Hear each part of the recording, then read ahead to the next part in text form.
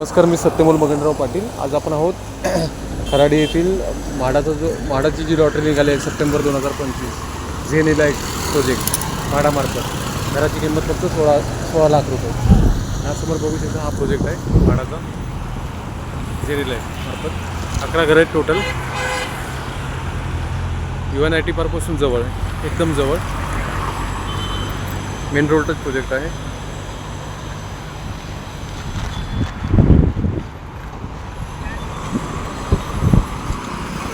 म्हाडा सोडत 2025 झेनिला आहे. You have arrived.